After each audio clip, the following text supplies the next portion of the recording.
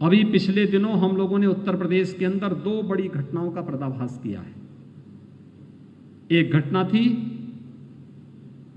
जो दिल्ली के बटाला हाउस से संचालित हो रही थी। उत्तर प्रदेश के अंदर मूक बधिर बच्चों को निशाना बना करके मतांतरण के माध्यम से उनको जिहादी कार्य के साथ जोड़ने और उसके माध्यम से सुरक्षा में सेंध लगाने का एक कुत्सित प्रयास हो रहा था, कुत्सित षड्यंत्र रचे जा रहे थे।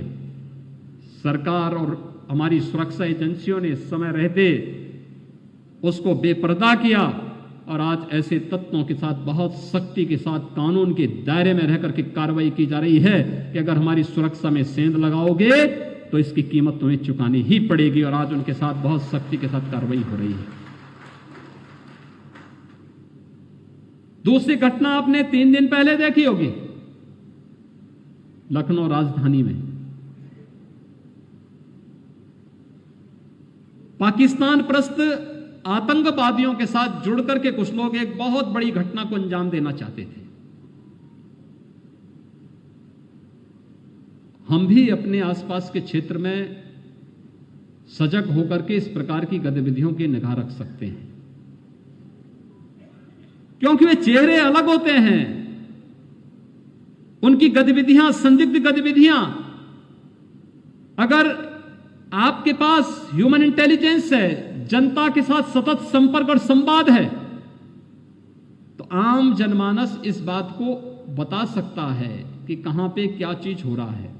और यह भी ह्यूमन इंटेलिजेंस का एक बहुत अच्छा उदाहरण रहा है कि जनता के द्वारा इस प्रकार की सूचनाएं देना कि हमारे यहां कुछ संदिग्ध लोग कुछ गतिविधियों में लिप्त हैं, थोड़ा इन पे निगाह रखने की आवश्यकता है।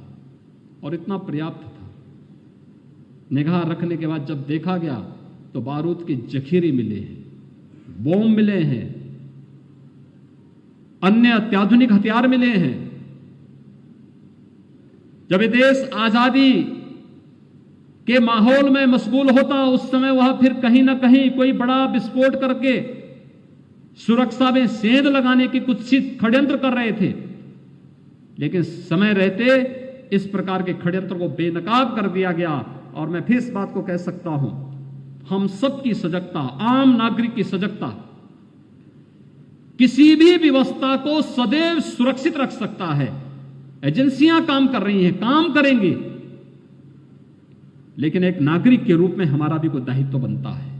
और उस दायित्व का निर्वहन करते हुए अगर हम पूरी ईमानदारी और प्रतिबद्धता के साथ आगे बढ़ते हैं तो कोई कारण नहीं कि इस प्रकार की गतिविधियों को समय रहते हम मुंहतोड़ जवाब देकर के